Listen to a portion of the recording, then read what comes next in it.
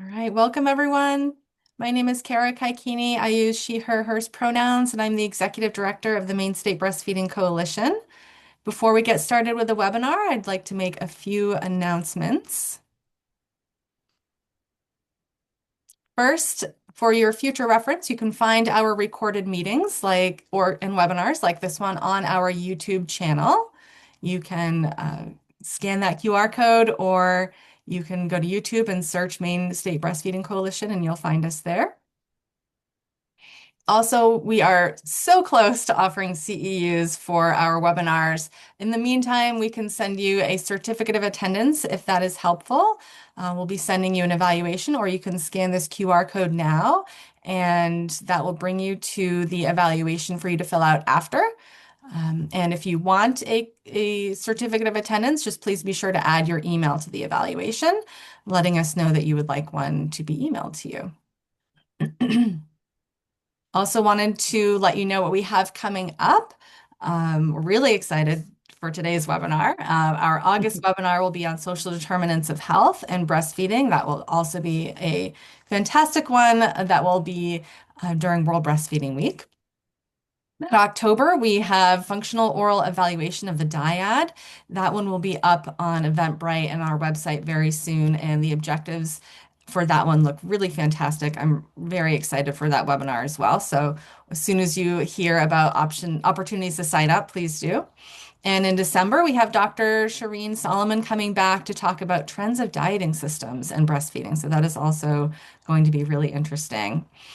And we have new educational webinar bundle rates. So that's something that if you may have seen in our email, but know that if you want to just buy a ticket bundle so that you are set for webinars for the year in terms of paying for them, then you can do that through our givebutter.com MSBC ticket bundle link.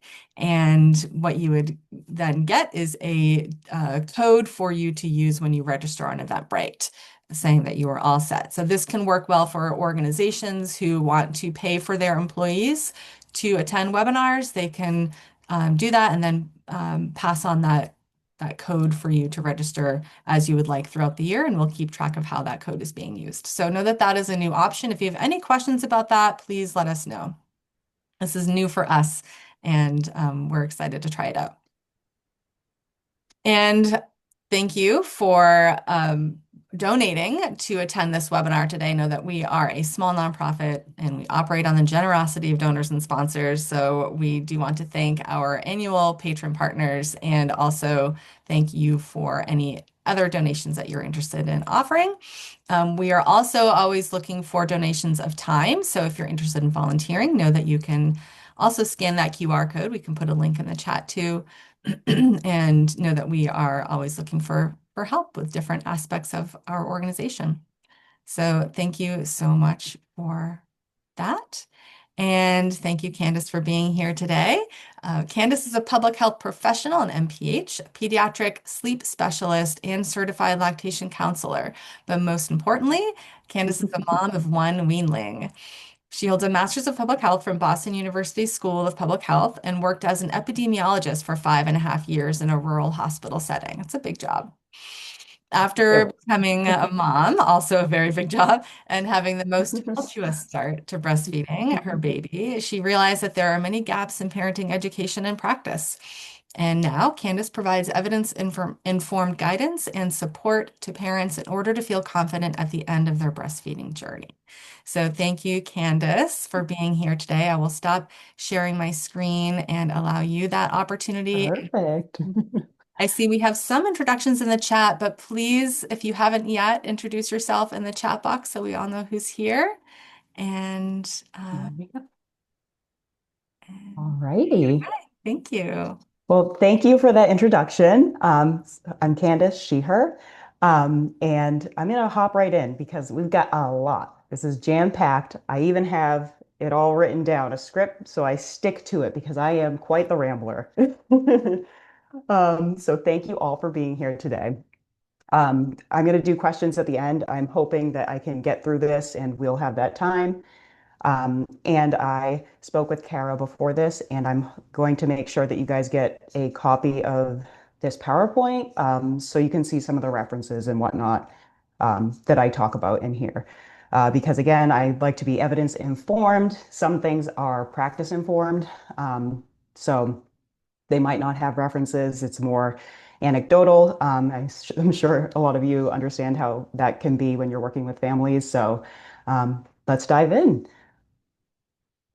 We already did the introduction for me, but I'll talk a little bit about my own personal experience with postpartum. So I had latch issues. I was tossed a shield at me. I had APNO, all the things they said not to do. Very little support. I had a COVID baby, and my child literally fed incessantly, didn't sleep through the night, which, that's the big thing. So I just began digging, trying to figure out what the heck is wrong with my child. But the more and more I dug, the more I found out that there's nothing wrong with my child and everything wrong with society and how we look at how we are raising children. So that's kind of how I went from being an epidemiologist to staying at home right now with my child and pursuing some further education with pediatric sleep and lactation. We just have so much information that's bombarding us, trying to figure out what is solid evidence versus weak evidence, and understanding that trusting your gut can be an important tool in our parenting journeys. And I think it can be an important tool for public health. So now I'm so grateful to have the privilege of working with other caregivers during this tricky period at the end of their breastfeeding experience after breastfeeding for over 12 months. And that's why I created your Weaning Pal. Oop, oop. Of course, it's going to be silly, isn't it? So we have some learning objectives today. Hopefully we all feel like we understand some of the barriers to extended breastfeeding for families and figure out better ways to support them. Um, Understand what some of the child and caregiver needs are in play during the weaning process and provide some appropriate suggestions for families.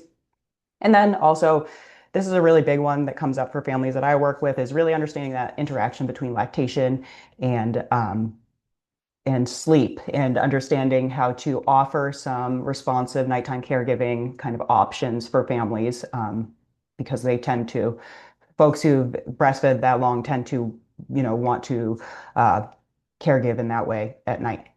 My goodness, this is going to be silly the whole time. And I'm trying to, okay. And these are some of the topics, just talking about intro to weaning, some things to consider, emotional considerations, how to take care of the weaning parent, and then how to put it all together. And then we'll talk about, whatever questions that come up for you all at the end. Okay. Introduction.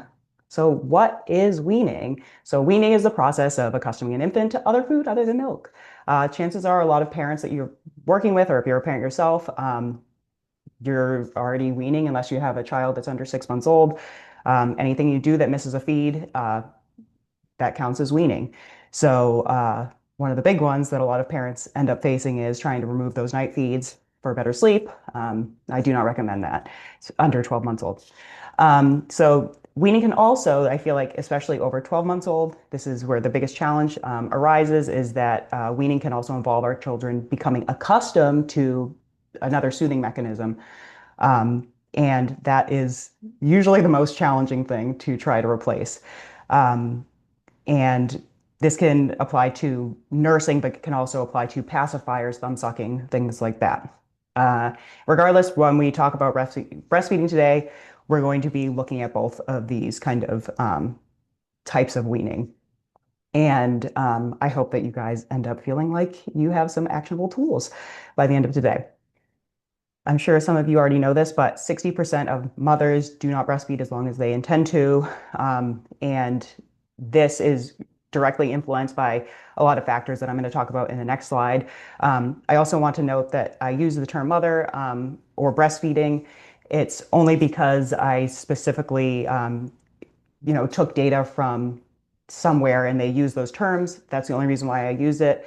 Otherwise, I strive to use more inclusive language, and we need to fight for more inclusive data, which is increasingly hard nowadays. But I digress. Next, I like to just take a look at the landscape of breastfeeding. So breastfeeding at 6 months, it's pretty stark when you kind of look at the disparities that we have, right? So if you look at a lot of the central and southern states in our country, the breastfeeding rates at 6 months old are pretty abysmal, as opposed to up here in the Northeast. I'm from New Hampshire. I didn't say that. I should have said that. I'm from New Hampshire, so I'm your neighbor. For those of you who are in Maine, and as we're going to talk about in the next couple of slides, um, a lot of these things directly coincide with some of the societal factors that are in place that support children and families in a lot of the states, right? I think that you can look at the states and you can look at some of the policies that are in play that likely play a huge role in what we are looking at. Um, and then this is a little bit dated, this data, but I want to show this because in the U.S., breastfeeding can feel like such an uphill battle, as you can see. You know, from it's 83% of infants are ever breastfed. By the time it's 12 months old, they're 12 months old. It's about 38% are still breastfeeding. So again, why is this happening? In the earlier stages, it's because people are giving up because they don't think they have enough milk. This is obviously a huge issue in terms of folks aren't getting lactation education, or they don't have access to it likely. Babies, won't or can't latch, and they're having issues accessing help. There's pain, soreness. They might have to go back to work. And we see that there's around 4 to 6 weeks is where this starts to come up, but then it skyrockets around 10 to 12 weeks. Crazy, right? In this country. But other factors include mothers have concerns about taking medications while breastfeeding. There's cultural norms and a lack of family support, which that plays a huge role, especially after the 12-month mark. Unsupportive hospital practices, inadequate or unpaid maternity or family leave, unequal pay, other healthcare inequities, and then sometimes accidental weaning happens. And again, I'm going to talk about that a little bit.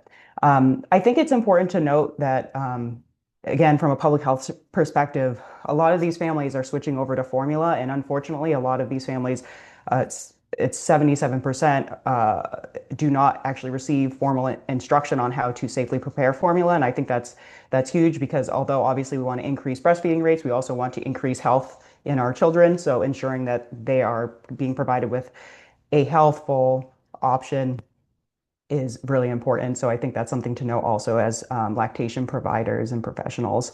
So, and I think that, at the end of the day, whether it's before 12 months, and even though we're going to be talking about beyond 12 months, I think that all parents deserve access to adequate support and information about how to safely and effectively stop breastfeeding. All right, now let's get to the good stuff. Extended breastfeeding. So this is a colloquial term. It's not even an actual definite, like I don't think a technical term, but we use it to talk about anyone who is able to, feed your child from your body beyond 12 months old. For the parent, there's substantial research about the health benefits. I'm sure a lot of you know. Regarding like reduced maternal fertility, which could increase the birth spacing, although we're not really sure about the physiological underpinnings of what that might actually be. But there's other data that suggests that obviously there's reduced risks of other diseases and whatnot. I know a lot of you know this, so I will be able to skip ahead. So their data on breastfeeding beyond one are pretty scant. I'm sure a lot of you know, which is why you're here. And there's virtually no data specifically available for this category of weaners beyond 12 months old. And very few people are actually able to get to the 2-year mark or beyond. Again, with a lack of data, this likely has some sort of plays a role in the lack of support options that are available to families. And what we know is that without supports, it is hard for parents to be successful in achieving their goals or continuing something that's working out for them. There is one study, again, this will be in the PowerPoint you get, that found that women found a perceived shift in approval for continued breastfeeding their child when they transitioned from baby to toddler, and it led to increased feelings of concealment and reluctance um, for them to be seeking professional support. And that is, I think, a really big deal because it just because a child is over 12 months old doesn't mean that you can't have, breast health complications, and you don't deserve to have some, tips and tricks up your sleeve to figure out how the heck do I stop? Because some folks I find continue breastfeeding only because they don't know how to stop, which is okay if they're okay with it, but not okay if they're not feeling it. You want everybody in the relationship and the dyad to be, willing participants. So I think personally, having robust information available can really help you guys empower parents to, wean on their terms. Some mechanisms of weaning. Again, a lot of you already know this, but we need to just understand that breastfeeding is supply and demand. In order to keep our milk supply, we need frequent milk removal and nipple stimulation. So with the longer intervals between feeds, then obviously weaning is going to happen. Um, I'm going to skip ahead a little bit because you guys know a lot of this and I have so much to cover. So there's a lot of, like I said before, there's societal pressures, especially to, sleep through the night and stretch those feeds. So we can see some accidental weaning happen sometimes in the younger age group, which is not great. And also going back to work. So those are two things we really, I think, if we want to support extended breastfeeding, is talking to parents about their rights in terms of going back to work, the Pump Act, understanding that they if their organization falls into that legal purview, that they are able to have that protected time to protect their supply and to feed their baby. And also understand, explaining to them typical infant sleep. Infants wake through the night, and it is completely healthy and expected for them to be feeding through the night. So those two things can really help support get folks to that point of extended breastfeeding. Um, Nursing strikes, obviously, that is something we usually kind of talk about under the 12-month mark, but sickness, it could be some sort of big reaction that you have, whether it be like biting or gymnastics or something like that. But that can prompt it. Separation, divorce, things like that, a move. Any of these things can make some children a little averse to seeking the breast. If they're over 12 months old, I think what's most important in these scenarios is to um, understand if that is what happened, and if you do want to continue moving towards weaning, is understanding that there's still a relationship and figuring out how to work on repair. And we'll talk a little bit more about that when we get into the emotional stuff later on. Um, and then I always like to say, weaning isn't a linear process. Many things can impact weaning. Everything that can impact the um, nursing strikes can also have the opposite effect on some children, where they actually um, cling more. And there can be developmental changes and different attachment needs and all of these other things that can lead to your child either seeking or kind of not needing the breast as much. So I like to remind parents that it's not like this race that you have to sprint to get to the finish line. It's a marathon, and we're going to have some ups and downs. And at the end of the day, we're going to get through the process. So there are three main types of weaning. There's parent-led, which is what we're going to focus on today, where we're taking the active role in reducing the feeds. Baby-led, which sounds like quite obvious, but I honestly would put don't offer, don't refuse into baby-led weaning, because we're just kind of removing our active participation in offering the breast. So I think that there's like a little bit of that can be involved for there. And then there's society-led weaning, which is where everybody in the society weans at the same time. Anthropologists kind of believe that this happens somewhere between 2 to 3 and 7 years, and that it was likely something that is a ritual and a celebration, which sounds amazing. I wanted that. Like, that sounds so good. Um, I am always asked about when should we wean? And to be honest, it's there's no perfect time.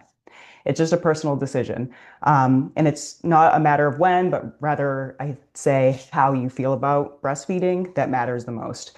Um, you're going to want to make sure that your patients or folks that you're working with, or if you are a parent here, that you seek, professional guidance from an IBCLC or CLC, to try to tease out the difference between, do you want to, end breastfeeding completely, or are there some things that maybe you just need some help with, or maybe you need to, tweak, maybe lessen your feeds in order to feel more empowered in continuing breastfeeding? Because I know some folks who maybe get to that 12-month mark, they're like, I am done. They deep down wish they could keep going, but they just feel like they have no control over the situation. And sometimes working with parents like this to help reduce some of those, um, excessive feeds in their opinion, can help prolong that breastfeeding experience. So it's important, I think, to have those conversations with parents. Um, Obviously, the AAP, American Academy of Pediatrics, and WHO, World Health Organization, both recommend for exclusive breastfeeding for the first 6 months, up to 2 years of age and beyond, whatever the dyad sees fit to stop. So you can always share that with parents, sometimes that, or families, caregivers, and that sometimes helps them feel better about their decisions. And you know, that can be one thing. Another thing that will come up a lot for me is folks want to know, when should they wean first? Should they wean during the day first or at night? Again, it really depends on the child. It depends on the family.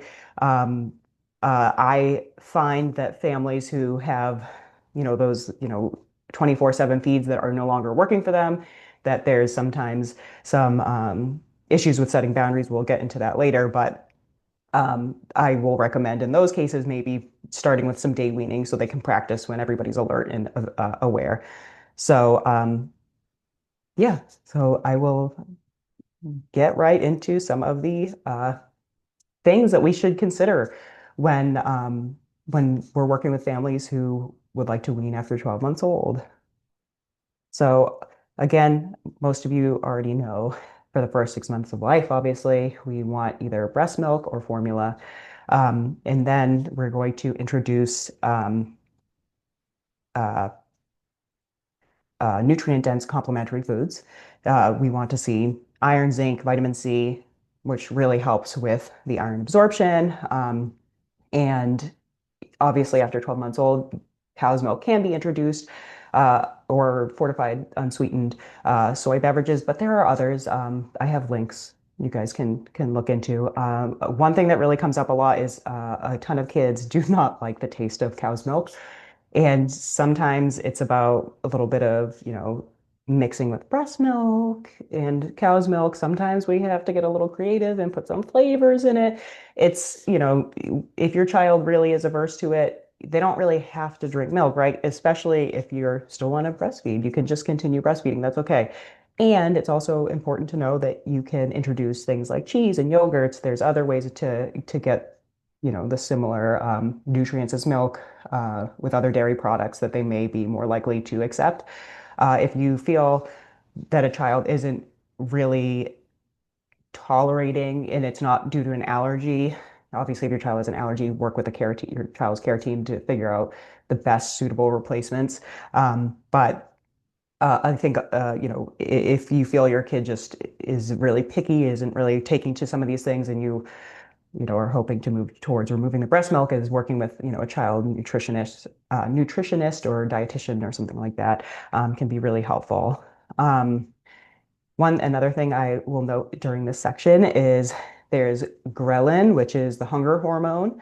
It can, depending on how often a child is nursing, it can be suppressed by breastfeeding quite a bit. So we want to kind of have an idea about how much they're nursing, especially, if they're a picky eater, around that 12-month mark. And I have families that say like their child's uninterested in solids. And obviously by that 12-month mark, we want to be seeing it's like, tipping finally in the favor of food after 12 months. Usually I see it kind of in with the families I work with closer to 13 or 14 months. But there are some families that are still almost majority of the diet before 12 months, like around 11, 12 months is still majority breast milk or formula. And obviously we want that to be lower. It should be starting to come down and there should be more solids being introduced at that point. So it can finally tip over. So it's majority of their nutrient intake is coming from solids. So just something to consider. Sometimes we kind of forget that breastfeeding can be looked at as a food, even though a lot of the drive to breastfeed when they're under 12 months old is due to thirst. But obviously, there's a lot of other reasons why they want they want to breastfeed, and it can sometimes, if they're seeking it for multiple reasons, which we'll get into, um, can suppress their hunger. So that can be something we consider. So this is something I think we don't think of a lot when it comes to breastfeeding, but everybody has different sensory preferences, and babies and children have them too. And it can affect how they take to weaning or not. So as you can see on the screen, there's all these different senses: proprioceptive, interoceptive, vestibular, visual, tactile, olfactory, auditory, and gustatory. Um, Proprioceptive is how we feel in our body. This can be met through like hugs, heavy work, climbing. The proprioception is how we feel in our bodies: hunger, pain. Vestibular is that inner ear balance, how we kind of orient ourselves in the world. Um, you can get that through, balancing exercises, inversion, so like rolls, things like that, just general playing and movement, climbing, spinning. Then obviously the others are quite simple: what we see, what we touch, what we smell, what we hear, and what we kind of taste. Uh, I'm sure as you're sitting here, you've got some wheels turning about, I understand how breastfeeding can be in play here. But we can mimic some of these sensory experiences in the weaning process. For example, holding them close, being with, offering a drink of water or milk in a cup. However, some of them are a lot more challenging to mimic in the moment when we're supporting the change of active weaning. So, things like suckling. Um, if you have another caregiver that needs to come in, like obviously then it's not you. Um, we can try to preemptively meet these needs before we actively engage in weaning. So integrating more of these sensory activities during the day can be really helpful. Um, One thing that I notice a lot is some children who have a strong affinity for the breast. Some of them have high oral sensory needs, and I've had success with incorporating like oral sensory tools before, for example, bedtime or before they're going to actively engage in weaning. That can help kind of get it out of their system. And then with a couple of patients, when I have worked with a pediatric OT, PT, to get some guidance to help some patients or clients rather I've worked with, is sometimes in the weaning process, you can offer it as well. So I highly recommend. You can find a lot of information online about how to help meet these sensory needs. I won't go into details, or connect with, like I said, a pediatric PT or OT near you. They're really great resources. Okay, breastfeeding and sleep. It really does go hand in hand. The hormones in milk aid with sleep, and along with breastfeeding, uh, itself just being a very, very strong sleep association. Two things that drive sleep, in case you didn't know, are the circadian rhythm, which is our internal clock, which is driven by light dark cycles, and then there's sleep pressure, which is called homeostatic sleep drive. And that's how we get how tired we get throughout the day. And it's different from burning energy. I apologize. My child just came home and it's a little distracting. Um, when we begin weaning, it is really not uncommon to see sleep go pretty haywire. We want to have a general sense of their overall sleep needs to really ensure that we are offering sleep or tweaking sleep in a way that's going to help them still meet their needs. For example, sometimes we'll have to move bedtime later around weaning, so there's more sleep pressure because Some kids get really upset about the change. They get really worked up, or they just have trouble adjusting.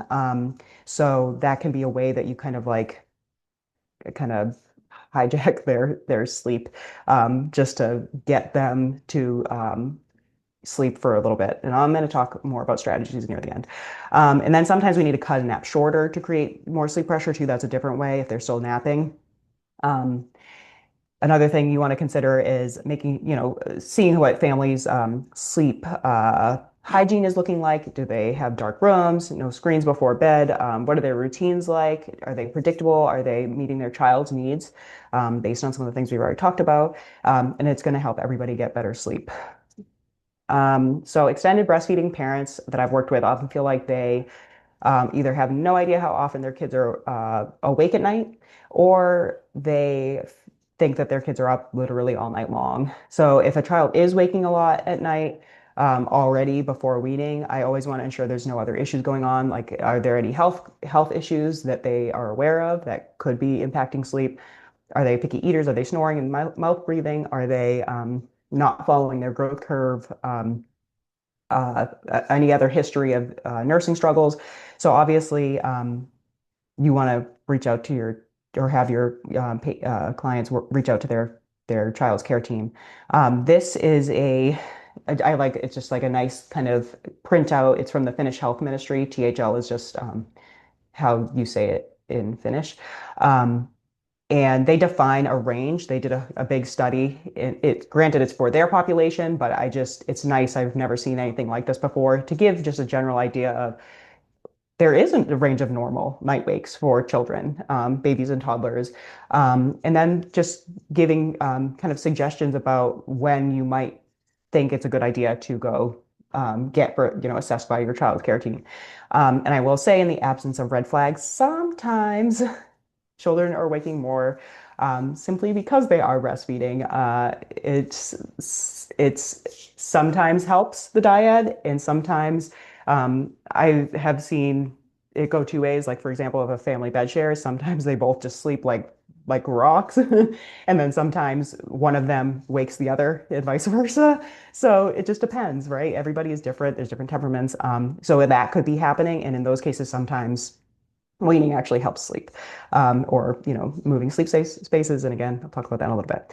Um, I always, as I mentioned before, recommend folks respond to night wakes because I do think that it's just a really important way in which that we can establish some healthy relationship with our children from an early age, and they know that they can come to us no matter what. I just think that's an important message.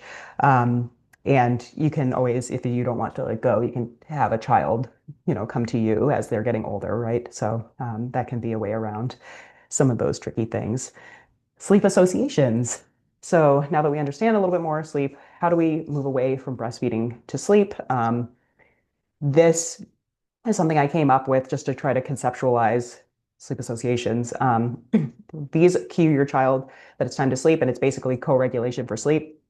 Um, there's no sleep associations that's like better or worse. It's just what works for you. I like to think of them as relational in the dark purple and environmental in the pink. Typically, the relational ones are harder to kind of uh, wean from, right? That comfort.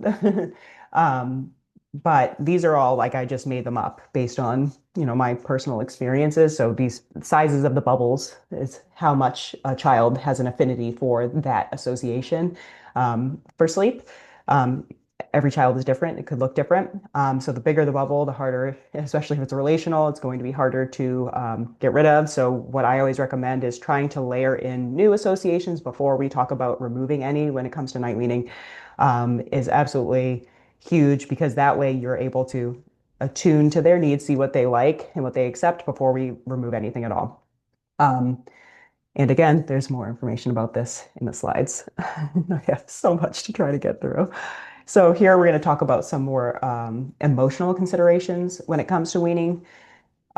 So with we're going to first look at temperament. I'm going to focus on these broad categories today, and just know that your child isn't, or the child that the family you're working with is not necessarily going to fit squarely in a box. There's actually 9 temperament characteristics that you can look up as well, that I find to be better to really help kind of hone in on your or a child's unique needs. But these are a good jumping point. So easygoing or flexible children are kind of tend to be happy, content, go with the flow. They're easily adaptable, and weaning can be like pretty easy. Some of these children, you can just be like, I decided I wanted to start weaning today, and they're like, okay. Then they're slow to warm. These children generally are a little bit more withdrawn, shy, react strongly to new situations, and they can be a little bit more fussy, less active. But with continuous and calm exposure, they can be more comfortable and secure in a new situation. And this, maintaining a routine and keeping promises can allow them to establish, you know, time rather to establish weaning with these children and get through the change. And then there's the sensitive and spirited children. These children can be fussily, easily upset, may have really intense reactions to different situations. They're irregular with their feeding patterns, and they might even have like fearful or aggressive kind of reactions to new kind of situations and encounters and unknowns. So giving loads of warning for activity changes and using lots of cues and redirection can really help the transition. So a lot of these children can be supported with opportunities to burn off more of their steam and benefit from freedom of choice, within reason. Um, it can be met with lots of big emotions during this process. So really ensuring you're preparing parents to understand how to mentally get through this will be huge. Now, talking about those big emotions, learning how to support our children is really important aspect of weaning and in parenting in general. And this can feel really difficult to support the big emotions of your child. And by nature, children are pretty irrational. Dr. Dan Siegel, who is a psychiatrist, actually made the hand model of a brain, which I absolutely love, where he talks, one moment, Bobo, please, I can't right now. Um, so he made the hand model of a brain and uh, no.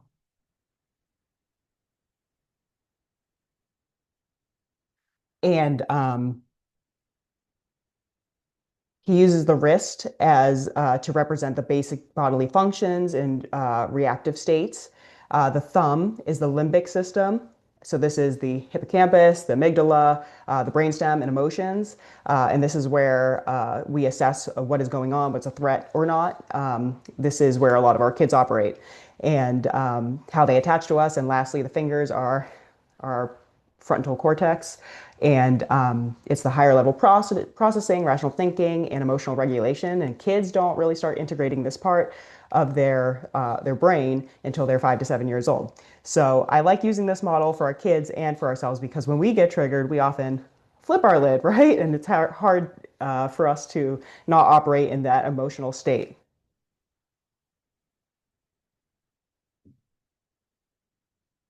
Um,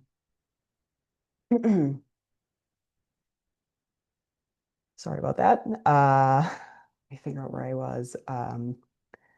So again, I think it's really a great example so you can understand that it is normal. That is a normal part of the human condition. And as adults, we can learn how to identify signals and before we get reactive in order to keep our prefrontal cortex online when we're working with our children, especially through weaning, because it can be really hard. So whether it be for hunger, connection, thirst, what have you, there's so many needs that a child has, and it can be really, really hard um, to uh, cope with when our kids are like crying and really upset about a change. Um, and even though toddlers and preschool age kids do have verbal vocabulary, it's very normal for them to cry during life's disappointments and when they have limitations. So the outcome of what they're going to be learning about, life and through the experience of weaning is going to help them, beyond the weaning experience. There's lots of evidence to suggest that co-regulation is really best for children, and contrary to popular belief, There is really no evidence that it's possible for an infant or a young child to manipulate us. It's just not really possible with their level of cognitive development. So I think that is also important to remind parents, they're not doing it to manipulate you, they're just having a hard time.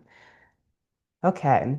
Attachment is the innate need for humans and human babies and children to rely on their caregivers. It's only a one-way relationship from the child to the caregiver. We can have a bond with the child.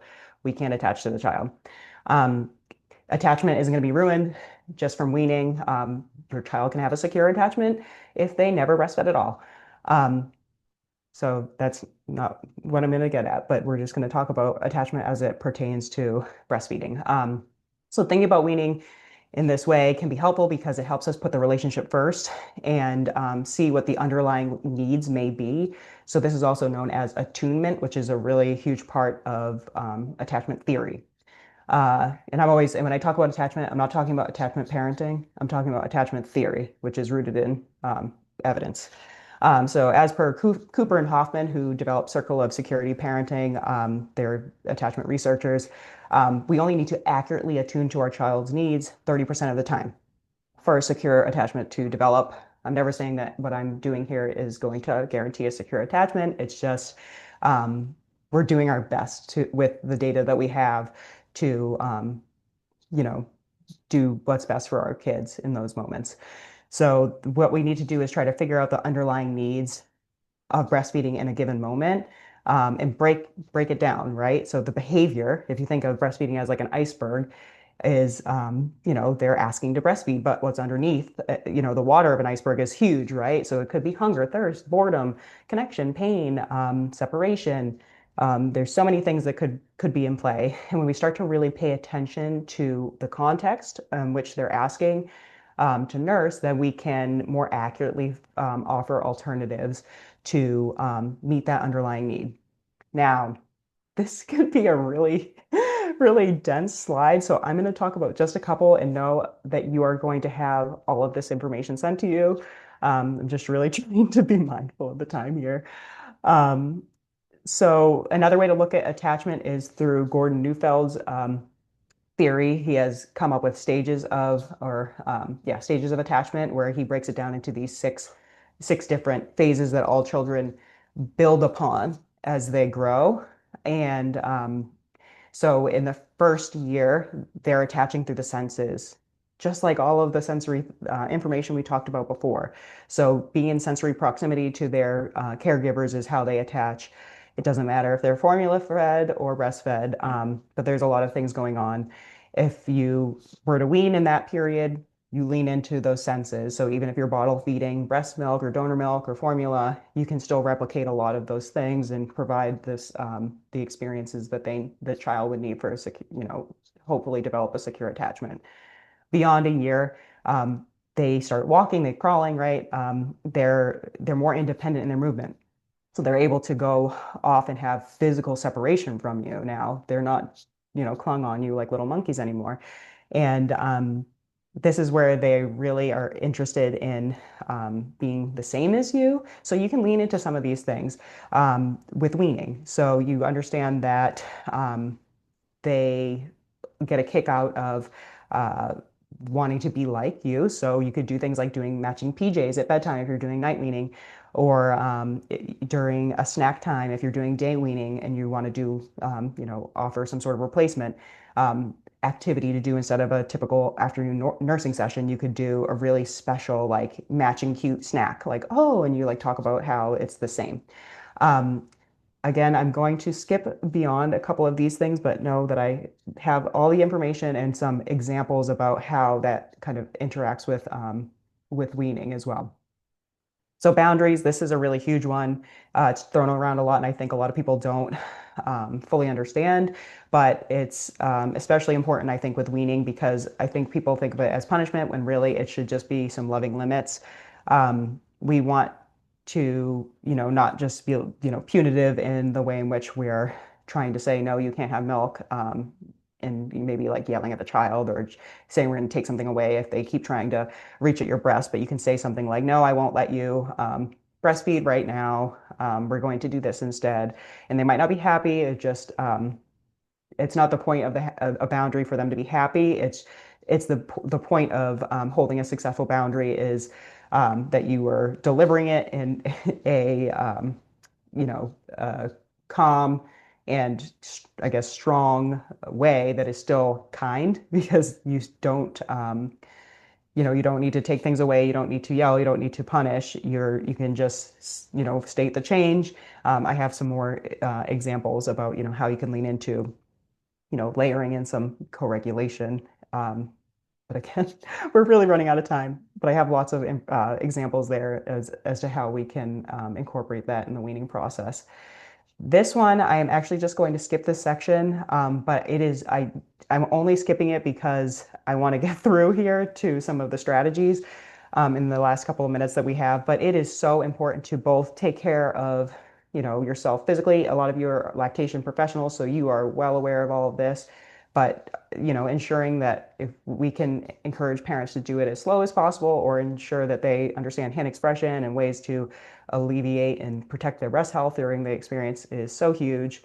But there's also the emotional aspects of it. I really, you don't have to have a partner, but if you have a trusted family member, a friend, even a therapist, somebody there that you can kind of at least have someone to hold you, let go of the guilt, be able to help you offload and decompress so you can then meet your child's needs, offer that co-regulation because you can't co-regulate if you are not regulated yourself. You don't have to be happy, you don't have to be calm, you just have to be in a zone of regulation.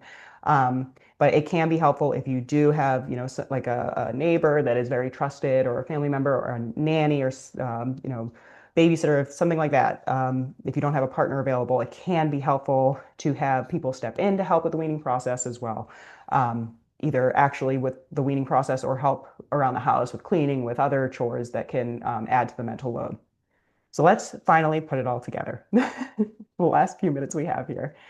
So three huge categories I like people to think about is nutrition is really huge. So before we're just like removing all of these feeds, I want us to be, really sure that we're able to adequately meet our children's nutritional needs for their age, and get that sorted if you have any concerns, and then making plans for the child. Again, taking into account all that stuff that we just talked about, developmental stage, temperament, sensory needs, emotions, etc. Doing lots of prep, which I'm going to talk about in a moment, and then picking whatever the strategy is that you're going to do in that moment. And then again, with that, taking care of yourself, figuring out what your plan is, because a lot of things are really child-centric when it comes to weaning. So when we're preparing to wean, we can incorporate books. They can be weaning books if you want. There's plenty of them online. You can write social stories. These are things that you can look up online. But basically, they were developed for autistic children to help them through tricky situations and identifying their emotions and how to get through it to the other side. So I think that it works great. I use it with a lot of families because it can help them identify the feelings that they might be having during the process, what the alternative is going to be, and just reminding them that their parents or their caregiver's presence is going to be there, and what to expect is huge. Play can be really big. That could be role playing. It can be playing with their stuffies, all sorts of things like that, incorporating all the sensory play, as I mentioned earlier. You can use just discussion if your child's like 3 or older. That works really well. You can just have a conversation. Rituals can be great. Again, a little bit as to what I had talked about before. Of you can, do something when I was talking about in the Neufeld attachment stages. You could do like a little ritual instead of your afternoon milk. You're going to have like a new ritual. We go to the park, and it's something that you can do daily. That's not hard. You can do a special snack together. You can do puzzles together, but you want to make sure you have full undivided attention, at least like 10 minutes, 10, 15 minutes. So you don't have your phone out, things like that. Um, and you can use visual schedules. This can be really great for that, like I'd say 18 months kind of mark, because it's just some pictures to help your child understand that there's changes and help them know what to expect, because it can be hard to describe some of these things with language. And then I also love planning for the celebration, because everybody in the dyad has done so much and has accomplished so much, and it can be really fun and it can be really like a positive motivator to get to the end of breastfeeding for some little ones. So I really love that, and a lot of families I've worked with have liked it. Um, Obviously, there's a lot of different types of ways in which you can like actually wean, right? There's day weaning and night weaning. Don't offer, don't refuse is very obvious. You can distract. I don't love that one always, but it has a time and a place because I don't like avoiding the feelings always, but sometimes it's not feasible to just be like holding space for emotions all the time. So sometimes that can help, especially around dropping the nap. Some kids, uh, they really, really need the nap. So, you can do like a stroller, a car nap, a baby wearing nap, or a toddler wearing rather, preschool wearing. That can all help again to help them still preserve that nap and then be able to still get through. And then obviously there's that loving limits is the boundaries that we talked about before, and that's being able to sit with their emotions, understand that you're going to be um, offering what you believe to be that underlying need and helping them emotionally get through it. They might not be happy about it. They're probably going to cry. I can't tell you how long is a normal amount of crying because that is just dependent on the person and dependent on, the child you see in front of you and dependent on how you feel about the situation. That is the biggest thing. Um, but and then at night weaning, these are just things that I've come up with since I've worked with families. Um, I try to break it down into quicker versus slower. Generally recommend the slower for a lot of families where it's just you gradually reduce the amount of time for one feed at a time until you drop the feed. And then once the child is able to accept that they're not going to get breast milk at that feed, then you can move on to trying to drop the next one. Some people will hold it at that if their kid's only waking like twice a night and they're like, I'm okay with this one. I just didn't want all of them. So it just depends. And a quicker would just be like, okay, we're going to drop that feed. Some kids, actually, a lot of highly sensitive kids that I've worked with actually tend to do better with the quicker, surprisingly. And but it does just depend on the child. And it's okay for parents to try something and then try to make some changes after.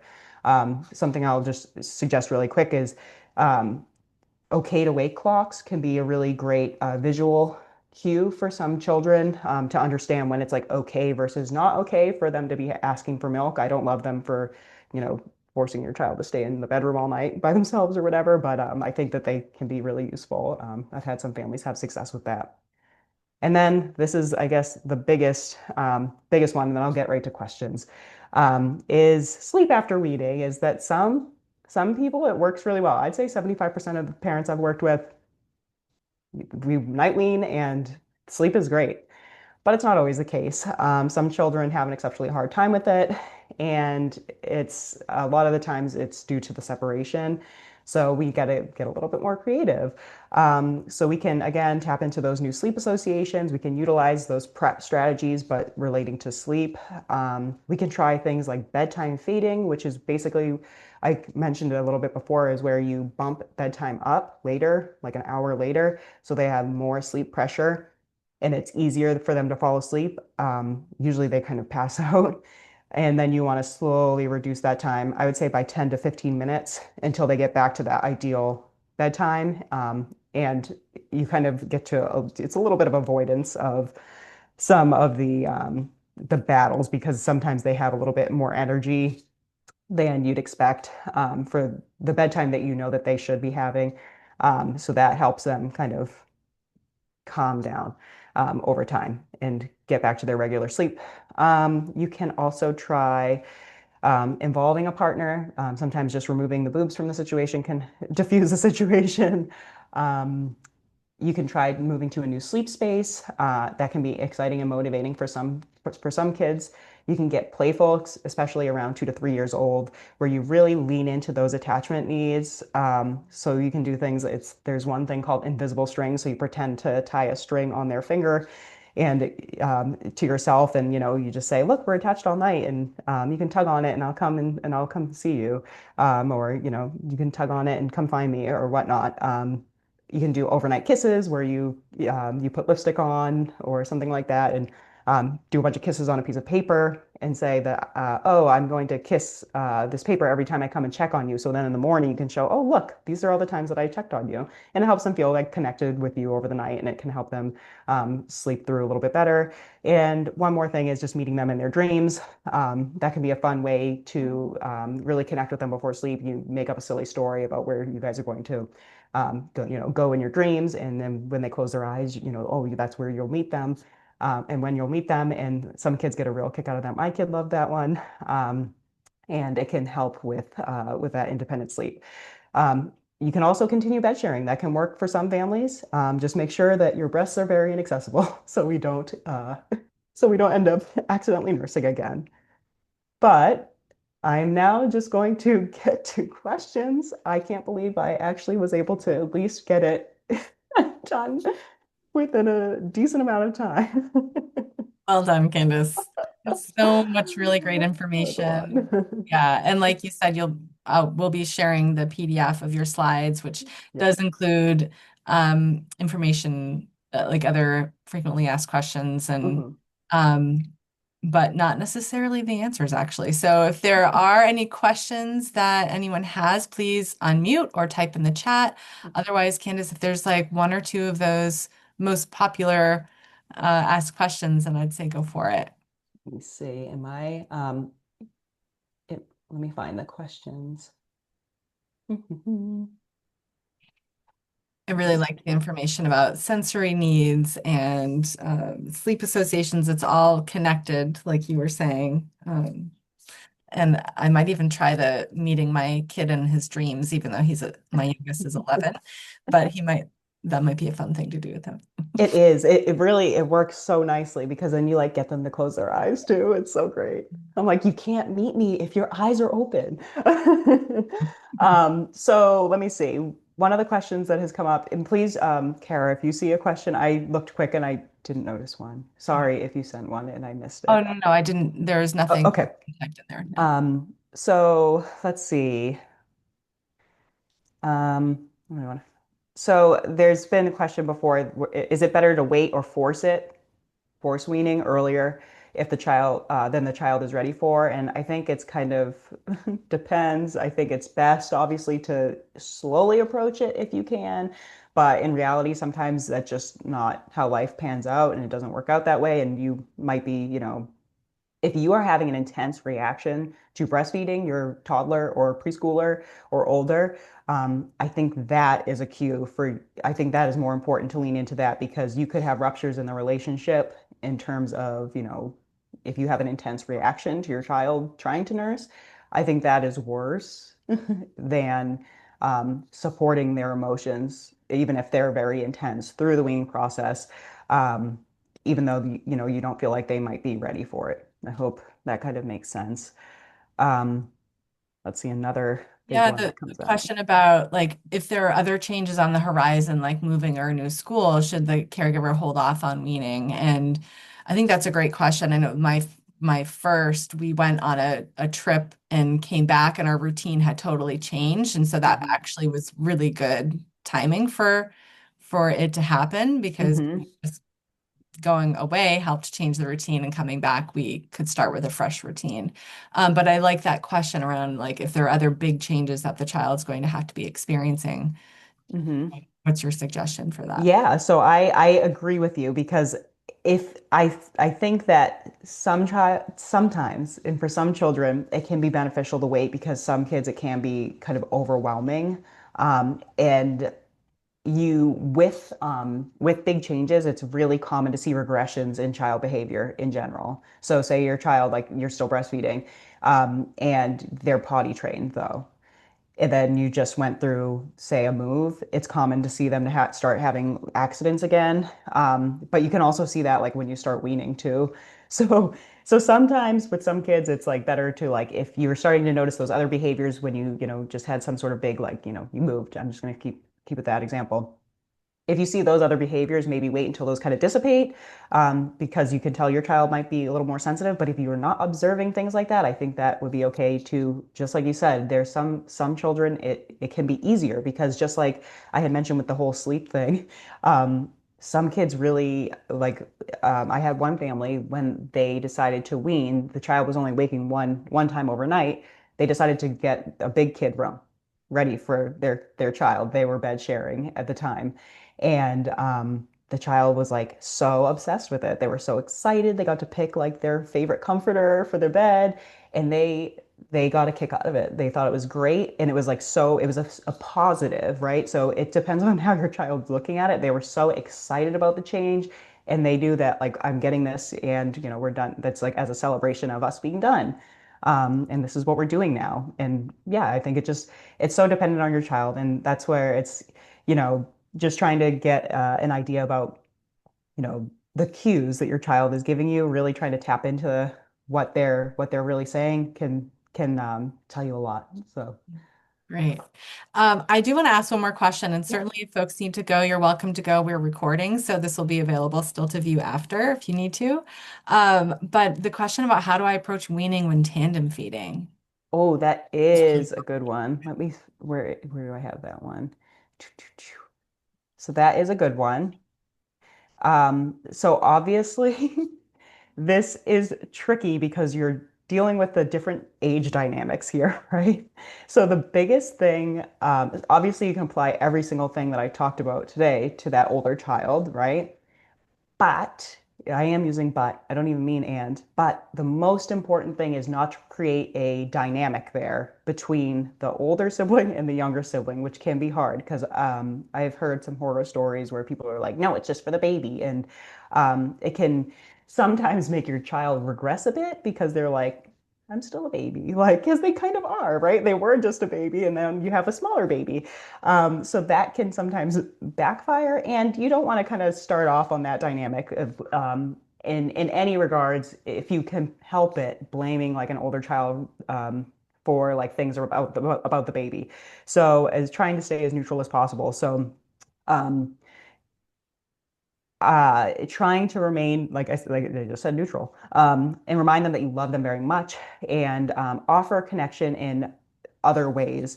Um, and you can really talk up how special it is that it's something that only you two get to do.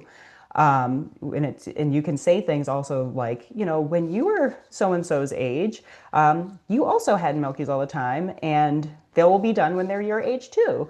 Just it's all about like how you frame it. And baby can't have snacks, and we get to have special snacks together. Playing up kind of that part of it. It's kind of circumventing the sibling rivalry situation is really huge. And again, I think really playing up those special connection times, those rituals that I talked about, can be really huge for a tandem feeding situation. And that, like for example, the parents like staying at home, you might want to try to do that when like baby's sleeping. So if baby doesn't sleep on you, baby can be in a safe sleep space. Or if they're sleeping on you, if they're sleeping, your child likely will still feel like you're giving them like 100% attention because the baby doesn't really, need much attention at that time. So, yeah, those are just a couple of ways. I love if anybody is online, Babies and Brains. She is really fantastic online. She is like a birth to mental health mental health specialist, and she talks a lot about sibling dynamics and how to navigate things like that. So that would be a good resource if anybody wanted, at least for that, not for weaning, I guess, but I think it all applies. That's what I feel like a lot of weaning older children is more parenting, with a few extra steps.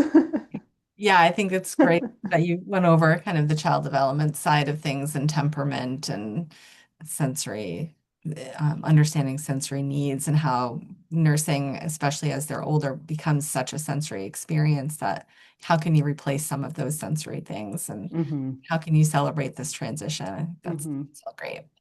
Thanks, Karen. Well, thank you so much, Candace, and thank you everyone for being here. And I hope you all have a wonderful rest of your day. Thank you, guys.